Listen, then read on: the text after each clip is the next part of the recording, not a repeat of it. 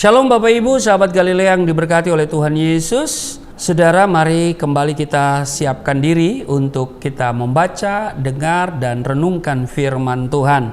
Mari kita berdoa. Segala hormat kemuliaan hanya bagimu, Allah yang Rahman dan Rahim, pencipta langit dan bumi, dan dengan segala isinya, Allah yang kami kenal, kami sembah di dalam nama Tuhan Yesus. Kami muliakan namamu, datanglah kerajaanmu, jadilah kehendakmu di bumi seperti di surga. Kami bersyukur di hari ini kami ada sebagaimana berada.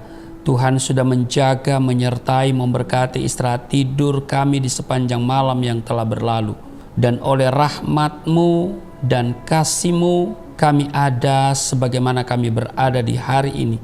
Ada tanggung jawab yang harus kami lakukan hari ini, dan di segala tanggung jawab, aktivitas, kerja, pelayanan, nama Tuhan yang kami tinggikan. Karena itu kami hendak memulainya dengan membaca dan merenungkan firman-Mu, mengurapi kami, membuka hati pikiran kami. Urapi hamba-Mu yang tidak ada apa-apanya. Setiap kata kalimat yang keluar dari mulut hamba-Mu adalah kata kalimat penuh kuasa, penuh urapan. Setiap mereka yang mendengar diberkati, berakar, bertumbuh, berbuah di dalam Engkau. Di dalam nama Tuhan Yesus, amin.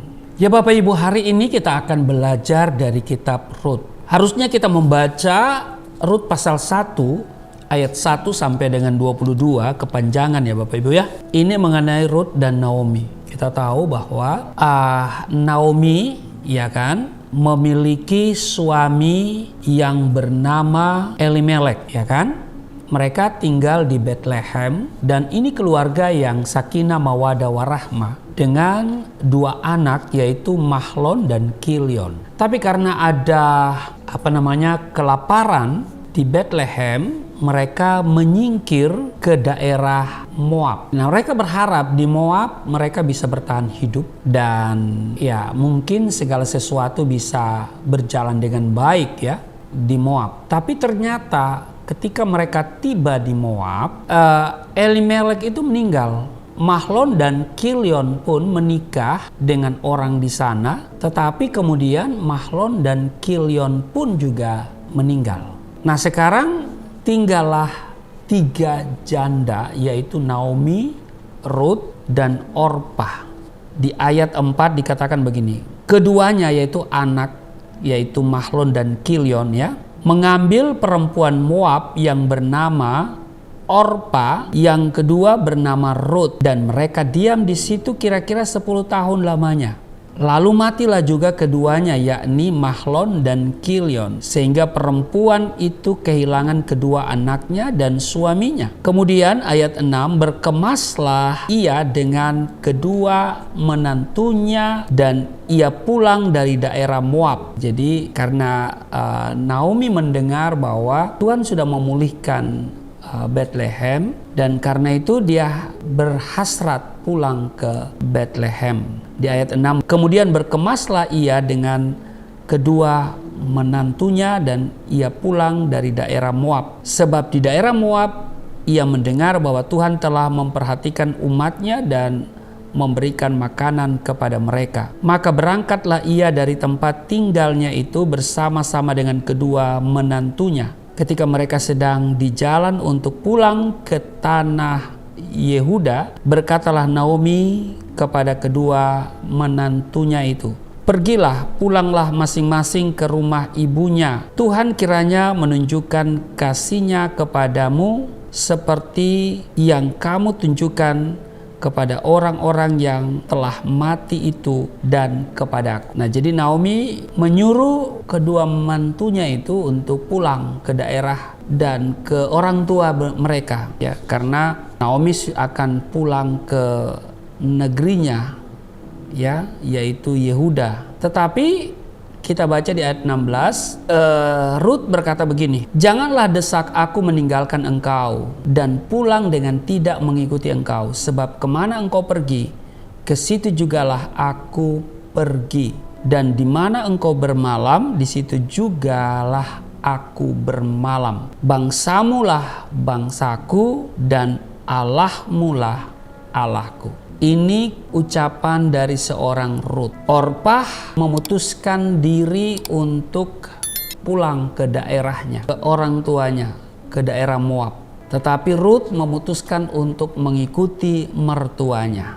Nah, seringkali mertua perempuan tidak cocok dengan menantu perempuannya. Begitu juga sebaliknya. Namun firman Tuhan yang kita baca hari ini memberikan suatu contoh yang baik tentang seorang menantu, yaitu Rut, yang begitu setia mengasihi mertuanya, yaitu Naomi, dengan segenap hati padahal suaminya sudah meninggal. Nah, bukankah ini jarang terjadi, Bapak Ibu? Tidak mudah mendapatkan kesetiaan dalam diri seseorang. Hal yang juga dikeluhkan oleh Salomo kalau kita baca di dalam Amsal 20 ayatnya yang ke-6, banyak orang menyebut diri baik hati, tetapi orang yang setia siapakah menemukannya? Nah, Tuhan sedang mencari Rut-Rut akhir zaman.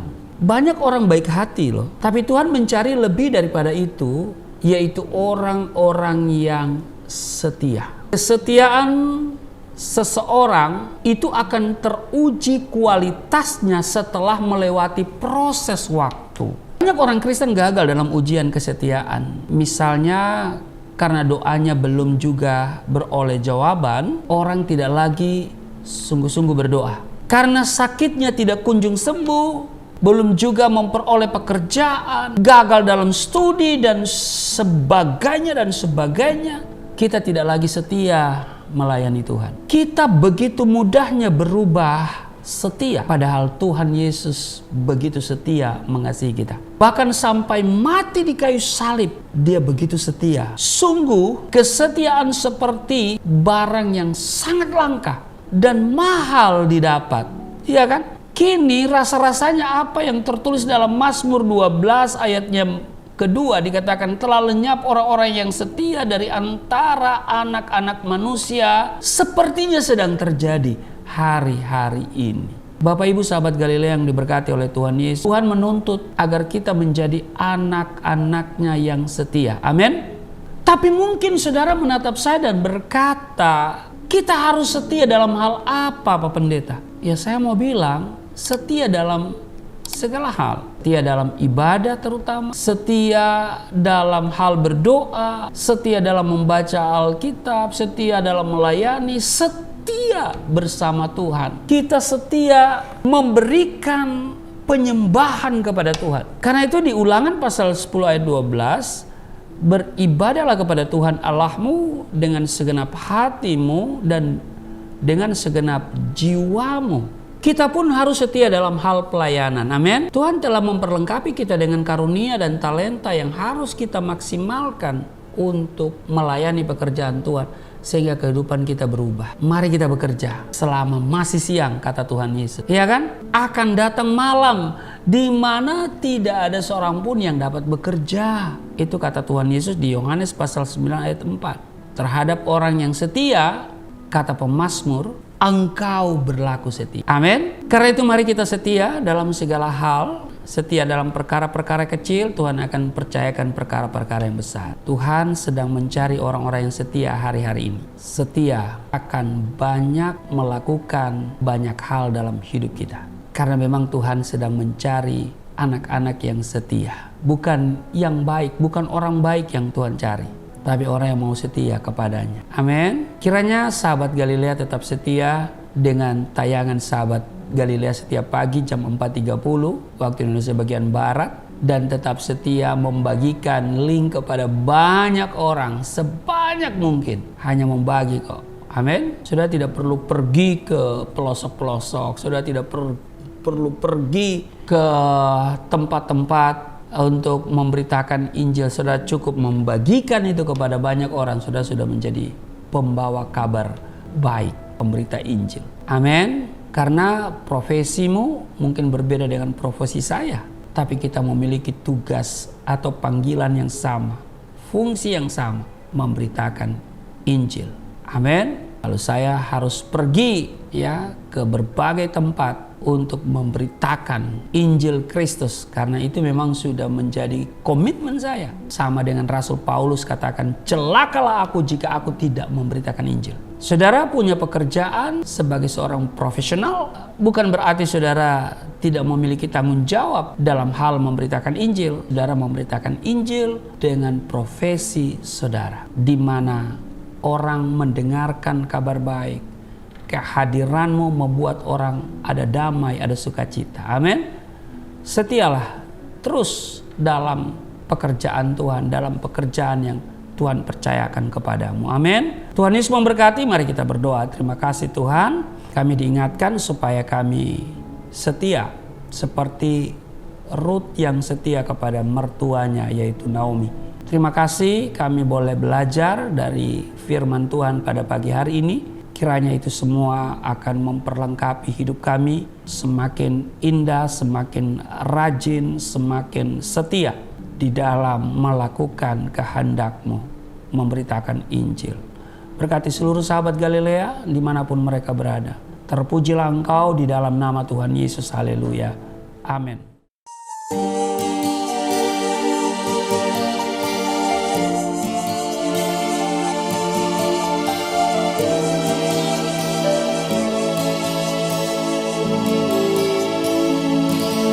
Bapa kami yang di surga,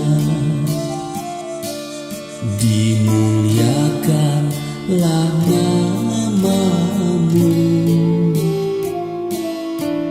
Datanglah kerajaan, jadilah kehendak-Mu di bumi seperti di surga.